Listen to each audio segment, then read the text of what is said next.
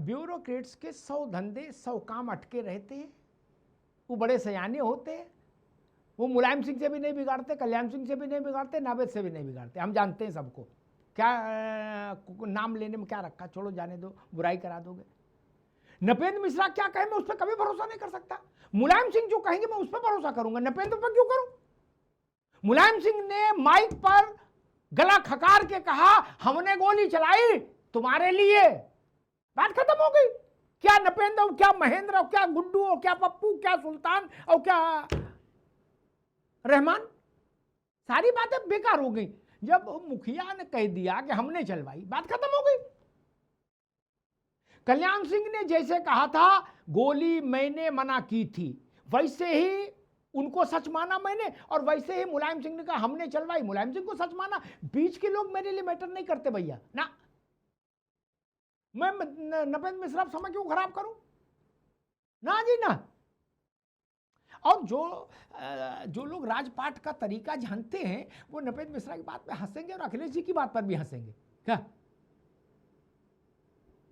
बाबू की कोई हैसियत नहीं होती ऐसे मामलों में भाई। अयोध्या छोटा विषय था क्या यार कि कॉफी पीते पीते बाबू ने फैसला कर लिया। सांस तो यहां अटकी थी सबकी। नारा लग रहा था अयोध्या की गलियों में, आगे बढ़ो जोर से बोलो जन्मभूमि का ताला खोलो। है भाई नपेंद्र मिश्रा और सुरेश मिश्रा को पूछ रहा है सिर्फ मुलायम सिंह की कलम और मुलायम सिंह का टेलीफोन, इतनी सी बात है और ये सब जानते हैं। मैं कोई नई बात नहीं कर रहा। खैर मुफ्ती साहब ये बातें तो बड़ी, वो ओवैसी ठीक कहते हैं कि जितना लोग अपनी बीबी को याद नहीं करते उतना ओवैसी को दिन में याद करते हैं। मैं उनकी बात से सहमत हूँ। क्या ये एक फैशन चल गया है कि भाजपा के एजेंट हैं। ठीक, अब भाजपा बड़ी पार्टी है तो हो सकता है एजेंट भी बनना भी चाहते हो लोग, एप्लीकेशन भी दे के आते होंगे हमको भी एजेंट बना लो। भाई बड़े से सब जुड़ना चाहते हैं। मुगलों के दरबार में ईरान तुरान तक का कारोबारी आता था कि नहीं आता था नमस्ते करने। क्या अंग्रेज भी आने लगे थे, बोले हुजूर सल्ले इलाही महबूब दौलत। क्या वो जानते थे थोड़ा मक्खन लगाएंगे और कुछ माल मत्ता इनसे ले लेंगे, यही ना। और लड़कियां भी लाते थे अपने साथ पेश करने के लिए वहां से ईरान तुरान कहां से। कहते थे हुजूर ये नायाब हीरा आपके लिए। वो विषय कभी और हम लोग उस पर चर्चा करेंगे। खैर इस देश में एक और भी प्रश्न है मुफ्ती साहब, अगर ईमानदारी से पूछो तो पंजाब में भी सिख माइनॉरिटी है और जम्मू कश्मीर में भी मुसलमान माइनॉरिटी है। इससे बड़ा मजाक दुनिया में कहीं हो सकता क्या है। अलीगढ़ में भी मुसलमान माइनॉरिटी है, रामपुर में भी मुसलमान माइनॉरिटी है जहां 62% है, संभल में जहां 68% है मुसलमान वहां भी माइनॉरिटी है। नहीं, एक बार इस बात का भी ऑपरेशन हो जाना चाहिए कि नहीं हो जाना चाहिए है। जिला लेवल पर अल्पसंख्यक का दर्जा तय हो जाना चाहिए। मुफ्ती साहब एक बात बता के बराबर, वो अपने हामिद अंसारी साहब थे ना, उपराष्ट्रपति रहे बाद में, जब वो अल्पसंख्यक आयोग के अध्यक्ष थे, बहुत पुरानी बात बता रहा हूँ, तो मैं उनसे मिले, उनका इंटरव्यू किया। नवेद भाई आप भी सुन लो। मैंने उनसे कहा कि आप एक सुझाव क्यों नहीं देते कि डिस्ट्रिक्ट वाइज माइनॉरिटी तय होना चाहिए। तो बोले आप कैसी बात कर रहे हो, आप मरवा दोगे मुझको। मैंने कहा आपको तो डरना ही नहीं चाहिए, आप किनके रिश्तेदार हो तो आपको पता ही है, गाजीपुर। मुफ्ती साहब क्या ये सच नहीं है कि इस पर एक बार ऑपरेशन हो जाए कैंची चल जानी चाहिए। देश के 10 राज्यों में हिंदू माइनॉरिटी हो गया है और कागज में हिंदू कहीं माइनॉरिटी नहीं है। मुफ्ती साहब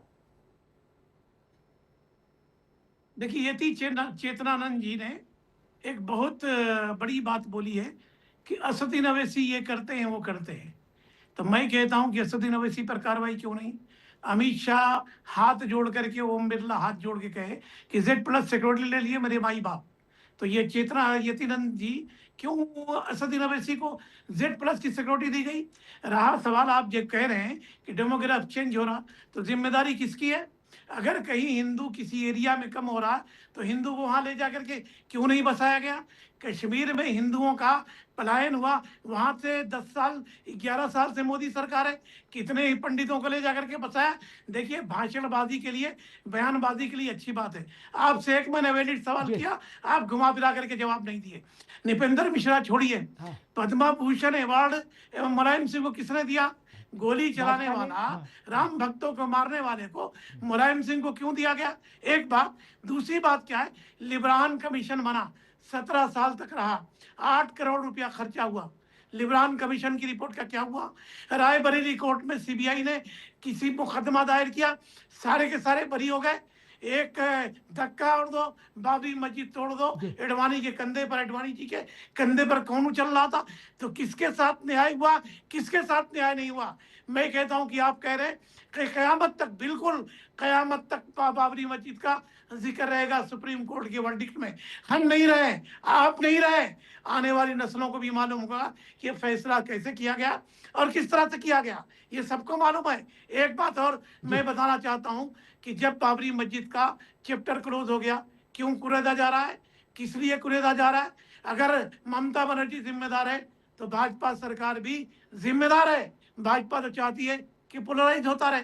मैं कहता हूं, मैं आपको बताता हूं कि दुनिया में इंडोनेशिया के बाद भारत में सबसे ज्यादा मसाजिद है। इंडोनेशिया आगे अगर जनगणना हो जाए तो मुसलमानों की आबादी का करेक्ट पोजीशन मालूम हो जाए, तो बीजेपी वही बात कर रही जो अपोजिशन में बात की है। अरे डेमोग्राफ चेंज हो रहा, डेमोग्राफ चेंज हो रहा, क्यों नहीं बसाया जा रहा भाई? आपको किसने रोका? मैं तो आपके चैनल के माध्यम से कहता हूं जी। कि मुसलमान का, ठीक। अल्पसंख्यक का स्टेटस खत्म कर दो। किसको एतराज है? हम दूसरी बड़ी मेजॉरिटी हैं, हम अल्पसंख्यक नहीं है। आप क्यों नहीं खत्म करते? तो आपको मालूम है कि ये करने वाले नहीं है। ठीक है वोट मुफ्ती बैंक साहब। की जी, राजनीति के लिए बिल्कुल बिल्कुल। हिंदू मुसलमान जी। करते रहिए। ठीक। जी। एक बात और मैं कहना चाहता हूं जी। कि अभी कह रहे थे ये कि वो बाहर से लोग आकर के अत्याचार करें।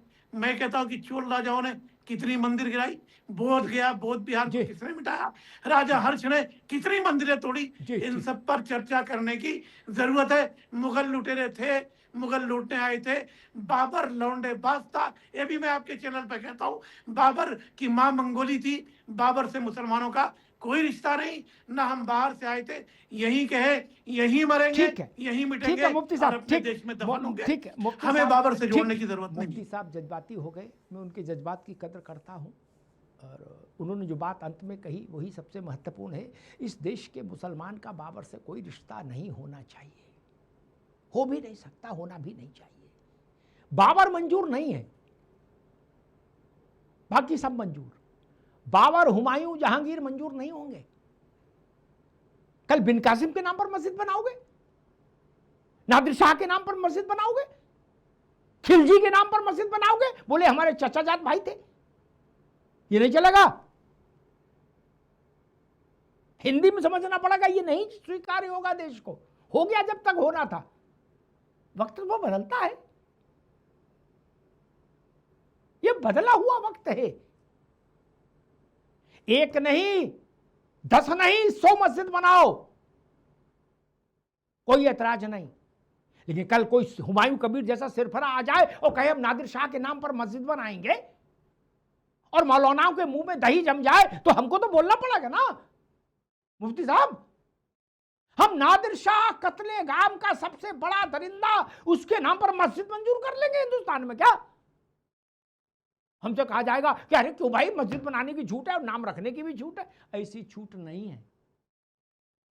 मुझे पता नहीं कानून में क्या लिखा है, लेकिन कोई चीज राष्ट्र का के आत्मसम्मान का विषय भी होता है क्या, और ये छूट दी नहीं जा सकती, किसी सूरत में नहीं दी जा सकती, ये जान लीजिए। मस्जिद एक नहीं 10 बनाइए, ये नहीं चलेगा। यतीमा, मेरा सवाल वहीं पर आकर खड़ा था। कोई सोच सकता था कि हिंदुस्तान में हिंदू 10 राज्यों में माइनॉरिटी हो जाएगा? कुछ तो हुआ होगा, कोई तो खेल हुआ होगा, कुछ तो हो रहा है। सीमावर्ती गांवों में, भारत के अंतर्राष्ट्रीय सीमा से लगे जो गांव हैं, उनमें मुस्लिम ग्रोथ 50% से ज्यादा है। ऐसा कैसे संभव है? इसके पीछे कोई मैकेनिज्म है, कोई एजेंडा है? बिल्कुल अमिताभ जी, देखिए हुमायूं कबीर से ही जोड़कर देख लेते हैं। जब हुमायूं कबीर का पहला स्टेटमेंट आया था, उसी समय उन्होंने ये कहा था कि मैं NH-34 जाम कर दूंगा। पश्चिम बंगाल का NH-34 से लेना देना कुछ भी नहीं था। गंगोत्री से लाखनदौन एक जगह है, 1426 किलोमीटर का ये पूरा पैसेज है जिसको जाम कर देने की बात कही गई, और ये कहा गया कि मुसलमान सड़कों पे होगा, यहाँ का मुसलमान सड़कों पे होगा। तो वो डेमोग्राफिक चेंज के बल पे की गई, और ये जो डेमोग्राफिक चेंज है उसका सबसे बड़ा कारण ये है कि हिंदू सहिष्णु रहा। हिंदू ने हर वो आवाज मानी जो देश के हित में थी। हिंदू ने, आपने कहा कि हम दो हमारे दो का नारा दिया गया, कहा जनसंख्या कम होनी चाहिए, और ये कांग्रेस के समय में कहा गया था, बीजेपी के समय में नहीं कहा गया, और हिंदुओं ने इसको स्वीकार किया। हिंदुओं पे कोई प्रतिबंध नहीं था बच्चे पैदा करने का। अभी मौलाना साहब ये कहेंगे हम पर प्रतिबंध नहीं था, लेकिन हम जानते थे कि राष्ट्र के संसाधन सीमित हैं, और उन सीमित संसाधनों के लिए जनसंख्या का नियंत्रण आवश्यक है। लेकिन ये सहिष्णुता हमारे लिए आत्मघाती हो गई। ये सहिष्णुता का परिणाम है कि हम 10 राज्यों में अल्पसंख्यक हो गए, हम सिमटते चले गए, संकुचित होते चले गए, और आप अपना विस्तार करते चले गए इस्लाम की विस्तारवादी नीति के तहत। आप जानते थे कि आपको जनसंख्या के माध्यम से ही सत्ता परिवर्तन करना है, इसीलिए आप लगातार जनसंख्या वृद्धि करते रहे। आप कहते हैं कि 300 करोड़ की फंडिंग हो गई। भाई 300 करोड़ की फंडिंग हो गई, अमिताभ जी, छांगुर के पास पैसा आया, और कहां से आया? विदेशों से पैसा आया। जहां राम मंदिर का निर्माण हुआ वहां एक जमीन दी गई, वहां एक ईंट नहीं डाली गई। आपने इस विषय को बार बार उठाया, लेकिन पश्चिम बंगाल में क्योंकि एक माहौल क्रिएट करना है, देश के विरुद्ध एक साजिश रचनी है। आप जानते हैं कि आपकी वहां क्षमताएं बढ़ गई हैं, आप जानते हैं कि वहां का डेमोग्राफिक चेंज, वहां हिंदुओं का नरसंहार। संदेश खाली भूल गए क्या? संदेश खाली में आप लगा मुसलमान वहां हिंदुओं की महिलाओं को उठाकर ले जाकर टीएमसी के कार्यालय में बलात्कार कर रहे थे। ये टीएमसी की ताकत नहीं थी अमिताभ जी, ये ताकत थी मुसलमानों की बढ़ती हुई आबादी की, क्योंकि हर राजनेता ये जानता है कि मुसलमानों की आबादी जब भी बढ़ेगी तो फिर उसको उसके अनुरूप चलना होगा। तो ये स्ट्रैटेजिकली आपने जनसंख्या को हर तरीके से काटा और छाटा। आपने जहां हत्याएं करनी थी वहां हत्याएं की, जहां नरसंहार करना था वहां नरसंहार किया, जहां जनसंख्या वृद्धि करनी थी वहां जनसंख्या वृद्धि की। सफेद पोश बनकर बैठ जाना और बड़ी बड़ी बातें करना, लेकिन आपकी इंटेंशंस ये जाहिर कर रही हैं कि आखिर आप इस भारत को किस स्वरूप में देखना चाहते हैं। रत्नाकर सिंह जी, एक बुनियादी सवाल खड़ा होता है, इस देश में लगभग 1.25 लाख पारसी बचा है। कितना? 1.25 लाख। सरकारी फाइल में वो भी अल्पसंख्यक है, और 32 करोड़ मुसलमान है, वो भी अल्पसंख्यक है, बराबर हैं दोनों। यार ये घोर बांटा कब तक चलेगा? नहीं, ये ड्रामा कब खत्म होगा कि जिसकी संख्या पूरे देश में लाख है वो भी अल्पसंख्यक है, और जिसकी संख्या 30 करोड़ पार है वो भी अल्पसंख्यक है? नहीं, कैसे ये कोई कैसे हजम कर ले इस सरकारी व्यवस्था को? रत्नाकर जी। अमिताभ जी, देखिए ये घोर माटा तब तक चलेगा जब तक कांग्रेस जैसी पार्टियां, समाजवादी जैसी पार्टियां और आरजेडी जैसी पार्टियां हिंदुओं से ज्यादा इनके हितों की बात करेंगे, क्योंकि वोट बैंक समझ के, वो अपना वोट बैंक समझ के इनसे अपनी राजनीति रोटियां सेकने का काम करेंगे। तब तक ये घोर माटा चलेगा, मैं लिख के देता, तब तक ये अल्पसंख्यक बने रहेंगे। दूसरी सबसे महत्वपूर्ण बात हमारी यतीमा ने कहा कि जहां पे ये बहुसंख्यक होंगे निश्चित रूप से वहां पे ये अपने हिसाब से काम करने लगते हैं। मैं आपको अमिताभ जी एक छोटा सा उदाहरण देना चाहता हूं। अभी हाल ही में महाराष्ट्र में नगर सेवक का चुनाव हुआ था, तो भिवंडी की एक बात बताता हूं। भिवंडी में हर बार वहां पे एनसीपी का नगर सेवक चुना जाता था, हर बार, क्योंकि संख्या उनकी थोड़ी कम थी, इसलिए वो एनसीपी का कोई कैंडिडेट खड़ा होता था तो बीजेपी को हराने के लिए एनसीपी को लोग वोट दिया करते थे। लेकिन इस बार ऐसा हुआ कि अभी इनकी संख्या जो है वो इतनी पर्याप्त हो गई है कि वहां पे अपने कैंडिडेट को जिता के ये अपने ही वोट से ला सकते हैं, और इन्होंने वही किया। एमआईएम पार्टी की एक लेडीज को वहां पे चुन कर लाए, और उसका वक्तव्य यही था कि पूरे मुंबरा को, पूरे भिवंडी को हरा कर दे। ये सोचने वाली बात है। ये तब पीछे खड़े रहेंगे जब तक इनकी संख्या कम है। जिस दिन इनकी संख्या हमसे ज्यादा होगी, या जिस दिन इनकी संख्या इतनी हो जाएगी कि ये स्वयं के बल पे चुन के आ जाएंगे, उस दिन 10 राज्य में, अभी अल्पसंख्यक है ना हम लोग, उस दिन, जिस दिन ये 15-20 राज्य में अगर हम लोग अल्पसंख्यक हो गए, उस दिन जो ये कयामत की बात कह रहे हैं ना अभी की, कयामत तक अपने जनरेशन को याद दिलाते रहेंगे, वो जनरेशन तब उठ खड़ा होगा और कहेगा नहीं, यहाँ बाबरी मस्जिद ही बनेगी। तब की बात मैं कह रहा हूं, और ये हिंदुओं को चेतने वाली बात है। और अभी मौलाना कह रहे थे कि बहुत सफाई दे रहे थे ये, कि यहाँ का मुसलमान जो है वो यहीं पे पैदा हुआ है, यहीं पे मरेगा, यहीं का है। बिल्कुल सही कहा है। लेकिन मौलाना जी आप लोग ये क्यों करते हैं कि जब भी धर्म जब आ जाता है सामने आपके, तो आप सब बातें भूल जाते हैं, संविधान को भी ताक पे रख देते हैं। नसरल्ला जब मारा जाता है तब आप यहाँ पे छाती पीटते हैं। गाजा में जब हमला होता है तो आप यहाँ सड़कों पे उतर के नारा लगाते हैं। ऐसा क्यों भाई? ऐसा क्यों? आखिर में आतंकी तो आतंकी होते हैं, चाहे वो कहीं पे भी रहे, चाहे वो नसरल्ला रहे, चाहे यहाँ का रहे। छाती क्यों पीटते हैं फिर आप लोग? और ये तब तक संविधान की दुहाई देते रहेंगे। अमिताभ जी मैं बता दूं, जब तक कि इनको फायदा मिलता है तब तक संविधान की दुहाई देते हैं। इनको आरक्षण मिलेगा, ये खुश संविधान की दुहाई देंगे। इनको घर मिलेगा, ये खुश संविधान की दुहाई देंगे। इनको राशन मिलेगा, इनको योजनाओं का लाभ मिलेगा, संविधान की दुहाई देते रहेंगे। और जिस दिन कोई मस्जिद टूटा, उस दिन ये कहेंगे कि ये मस्जिद है, कयामत तक रहेगी। ठीक है। एमआईएम के नेता को सुन लीजिएगा, ठीक है, सुन लीजिएगा। ठीक है, तब संविधान भूल जाता है इनको। ठीक है। जब धर्म में बात आती है तो ये सारे संविधान को भूल जाते हैं। निश्चित रूप से यह दर्शाता है कि इसमें इनकी राष्ट्रवादिता नहीं दिखाई देती है, नमाजवादिता इनकी दिखाई देती है। ठीक है रत्नाकर, अब रुकना होगा, अब रुकना होगा रत्नाकर जी।